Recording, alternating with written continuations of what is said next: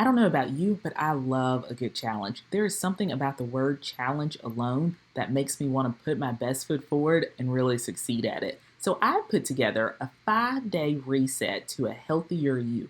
This is a short challenge to prioritize your health and well being. So, over those 5 days of the challenge, we're going to focus on key areas to help you build sustainable, healthy habits. Now, it doesn't matter to me whether you start this challenge tomorrow or you start this challenge 2 weeks from now, and it doesn't matter when you listen to this episode. You do it on your own time, but I would encourage you to take 5 days out of your life that you can focus on the challenge. So, in this 5-day challenge, we're going to look at 5 really important things. Day 1 is all about hydration habits, day 2 is about mindful movement.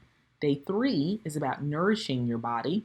Day 4 is about stress and dealing with stress. And day 5 is about prioritizing sleep. Now, don't worry, I'm not just leaving you out here to your own devices. I've created a workbook for you to use each day that walks you through the topic, gives you just a little bit of health information about it, and gives you some practical tips and a task to do during that day. So, if you're feeling up to the challenge, I want you to take a peek in the show notes for this episode, and you're going to see a link that says the 5-day reset to a healthier you. Click on that, get your 5 days started, and once you've completed it or while you're in the middle of it, come over to our Facebook group and let us know how you're doing.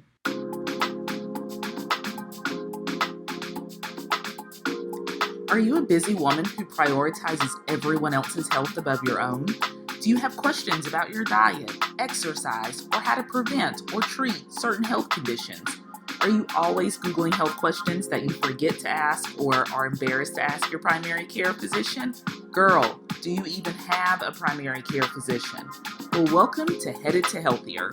I'm Dr. Brittany Anderson, a board-certified family medicine physician, and every day in my private practice, I have discussions with women just like you who are doing their best to juggle the demands of life while also desiring to become healthier. Inside this podcast, you'll find practical and actionable health tips that you can incorporate into your daily life. You'll get expert advice and insight from some of my awesome healthcare colleagues, and you'll hear relatable conversations with incredible women just like you who have made their health a priority and are thriving because of it. So throw on your sneakers and get some steps in while you listen. Or if you're driving, get those hands at 10 and 2 and let's dig in. We are headed to healthier. Hey friends, welcome back to today's episode. Today we are talking about something that is so important to me as a physician. So right now we are at the space in my clinic where we are seeing new patients. So we're not accepting any new patients right now because we are full to the max. But we are seeing those patients who we recently accepted as new patients to the clinic. And so I'm every day, seeing 4 or 5 new patients through the day mixed in with my regular patients. And before I see a new patient, I always take some time to thumb through their new patient paperwork. So the paperwork that they filled out when they requested to be a new patient at our clinic. So I take some time to look through it. Now, even when I go in the room, I still ask a lot of those questions over again, but I like to have a little bit of a feel for what I'm going into the room to talk about and maybe what may come up with that patient. I look at their medicines, I look at, their own personal past medical history, I look at allergies, but one of the big things that I look at is their family medical history. And I'm going to tell you, there are 2 types of people in this world when it comes to filling out family medical history. There are those people who go hard for it, who really think about each diagnosis that's listed, and they can respond to whether they have had someone on their mom's side of the family who's had that disease or on their dad's side of the family. Sometimes they even write down who that person is. They are all about their business. The other type of person, again, there are only 2 types of people, the one who's gung-ho and the one who just marks no to everything straight down the line. And so when I see those, I kind of laugh a little bit because I know that my work is usually going to be cut out for me when I go into that patient's room. But it is important for us to talk about. And so, one, it's important for us to talk about when I'm in the room seeing the patient, but it's also important that that's something that patients just have ingrained in their memory, right? And I know we have so much going on. We all lead busy lives, but it really is important for us to know our family medical history, especially when we're trying to make these efforts to take care of our own personal health. And so I want to break this down into, several different topics when we talk about family medical history. Now, I know there may be people who are listening to this episode who were not raised by their biological parents or just biological family members at all. So maybe they were adopted. And I do not want you to feel like you were left out of this episode. Two things I think we take into account when we talk about family history. One is true genetics, so that genetic makeup of biological parents, but the other is environmental factors, which play such a big role in our overall health as well. So let's actually take that one first. So when we think about environmental factors and why that becomes important when we think about family medical history. So consider, for example, diabetes or hypertension. Yes, there are certain genetic predispositions to those type things, meaning if you have a parent with a history of that, then yes, you are more likely to get it just based on genetics alone. But also, health and the passing down of chronic diseases can be environmental as well. And the way I think about that and the way I describe that sometimes to say, Dr. Anderson, I don't know my family medical history and it doesn't matter because I'm adopted. Well, I say we still learn so many behaviors from the people that we grew up in the house with.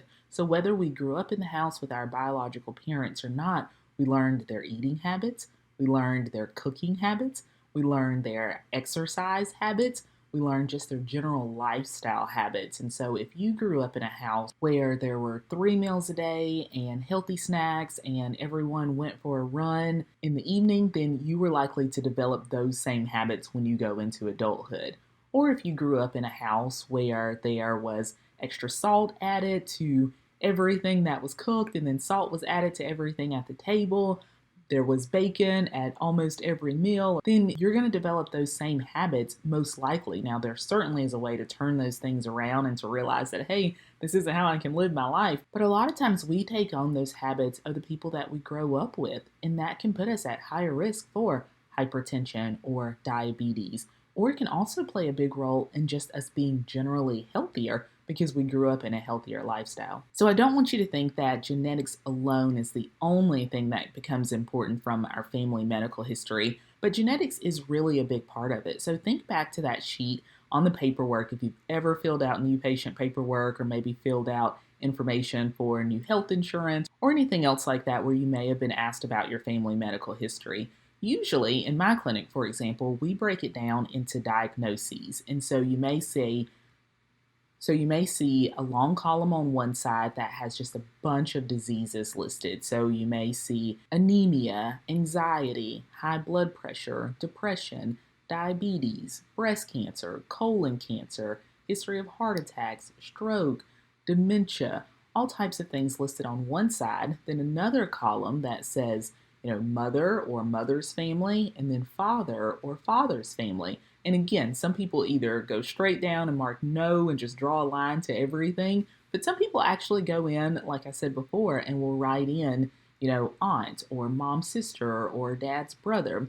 And the reason that becomes important is because there are lots of diseases and cancers, especially, that have a genetic predisposition to it, meaning we are more likely to have that disease or more likely to get that cancer if someone in our immediate family, especially, had that same diagnosis. So I would encourage you, if you don't already, to really take some time to learn your family's medical history. Now, you may have that aunt in your family who knows everybody's business. I want you to pick up the phone today and call her. I want you to pull out a list or just jot down a list of some common diseases that you know of. So they can be the ones that I mentioned. You can Google just some common medical diseases and call that aunt or call that family member and just say, hey, did anyone on our side of the family have this that you know of? And that is so helpful to me as a physician because when I come in the room and I see that your dad had colon cancer and was diagnosed with colon cancer at age 47, then that tells me, hey, I don't need to be waiting until you are 45 years old to get your first colon screening. It needs to be done well before then. So not only do we want to know the person, the relative who had this disease, but for cancers especially, if you can know the age that they were diagnosed, it makes a big difference when we think about your general health screening and how a physician may change course a little bit to make sure that you are better taken care of. So let's go over again a couple of those diagnoses that I want to make sure that you know about. These are ones that I generally specifically ask about when I'm talking to patients. So again, our initial paperwork has a whole long list of them, but I want to know specifically if you have any family history of mental health disorders, so like anxiety or depression or bipolar disorder or schizophrenia, and those are just a couple to name. I want to know about cardiac history or heart health. So if there's any family history of hypertension or heart disease, any early age heart attacks, or really any heart attacks at all, or any need for heart surgery, like bypass. I also want to know about neurologic history. And so in that, I include things like dementia, for one. I include stroke there as well. And so knowing if you have a family history of those things is really important. GI things become important as well if you have a family history of some diseases like inflammatory bowel diseases. So like Crohn's disease or ulcerative colitis. Those are other ones that if we have a family history of those things, it makes us more likely to have those diseases as well. And then, of course, the big one is cancers. And so you really want to get an idea of if there are people in your family with a history of breast cancer. And again, if so, at what age were they diagnosed? So breast cancer is one. You want to know about colon cancer for sure. You want to know, for men, want to know prostate cancer history. I also think it's important just to know GYN cancer history. So thinking about like cervical cancer, ovarian cancer, uterine cancer, those type things are important as well. And again, for all of those, having dates to go along with. So what I'm getting at is I don't want you to be that person who marks nothing at all. Sometimes I look at the form and I look at the patient and I'll say to the patient, do you know your biological family? And they'll say, yeah, Dr. Anderson, I know my whole family. And so then I'll say, and are you telling me that no one in your family has any history of any of these things on the form? And then we start going back over them and they'll be like, yeah, my aunt has this, my brother has this, my sister has this, my dad has this.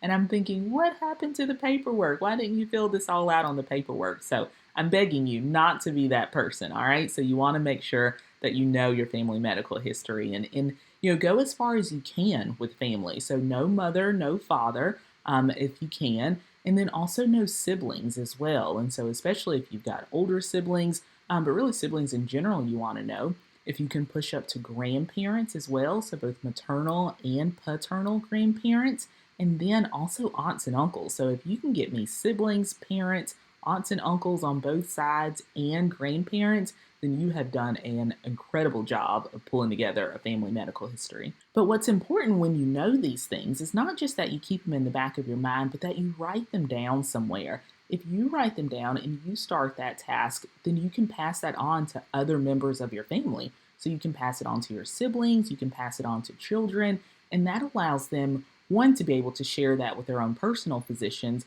but also just to make them better advocates for their own health. And so if they know that they had an aunt who had breast cancer that was diagnosed at 42, then again, they know that they don't need to be waiting until they're 40 before they have their first mammogram done.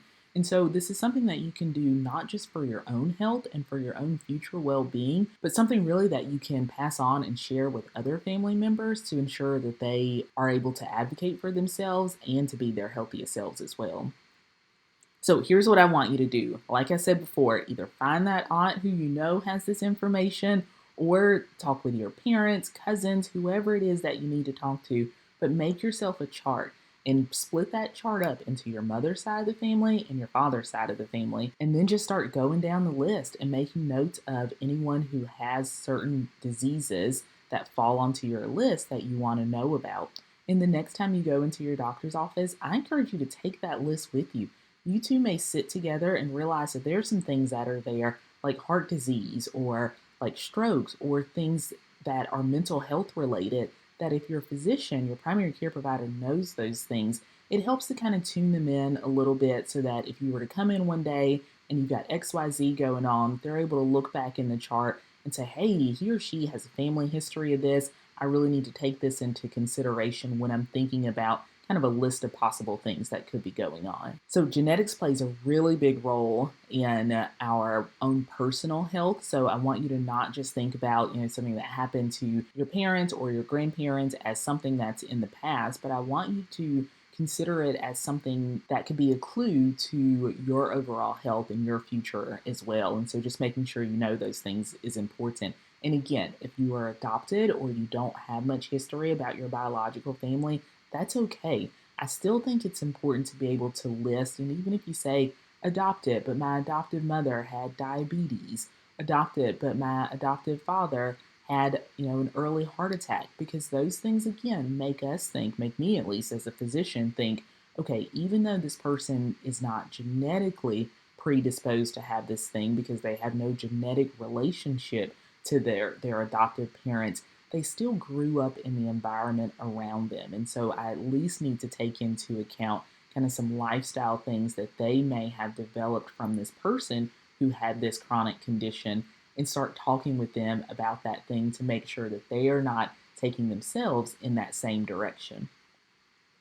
So even if you are adopted or don't have your biological history, I think it's still important for you to have that information for people that you grew up with.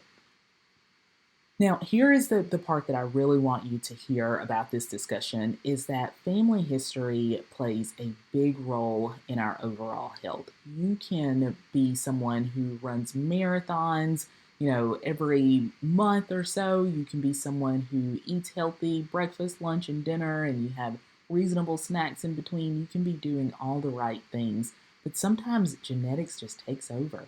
And sometimes even if we're doing all the things that we can, we still have high cholesterol because we have what we call familial hypercholesterolemia, meaning it is just something that is genetic, that despite you doing all the right things, it's still there. And so I want you to look at that in two ways. So one is that way of you still should be doing everything you can to make yourself the healthiest you can possibly be.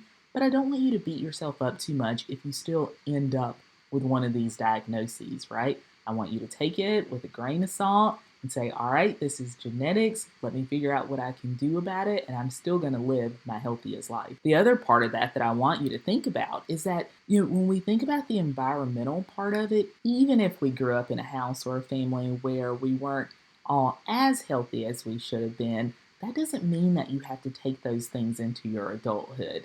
That doesn't mean that just because things were done a certain way in your family when you were growing up that you have to continue to do those things, especially if you know that those things are going to lead you to be a less healthy person. So if I have a couple takeaways for you from this episode, one, it is that I want you to know your family history. And two, I want you to think about what that family health history means for you, right? Does that mean that you need to do a complete 180 and make some changes from everything that you know? Or does that mean that, hey, you may be set up for some of these things, but you still need to be making sure that you are maximizing your own health and maybe working a little bit harder to make sure that you don't fall into some of those same chronic diseases and diagnoses as well. So please take some time over the next week or so and really make sure that you find out your family health history. I think this is important to have. Do write it down, share it with other family members, and share it with your doctor. Trust me, we want to know. Knowing your family health history helps us do a better job of taking care of you. I hope you enjoyed this episode and that you learned something. If so, please share it with a friend. I'll be here next week. Bye. Hey, thanks for listening in today. I hope something you heard in this episode will help you on your journey to becoming healthier. Remember, this podcast offers general health information. I am not your personal physician. If you need advice that is specific to you, be sure to consult your physician. If you enjoy this podcast, please consider sharing it with a friend and reviewing it on Apple Podcasts. Also, be sure to subscribe to the show so you never miss an episode. Tune in next week for another great episode of Headed to Healthier. Until then, take care of yourself. Talk soon. Bye.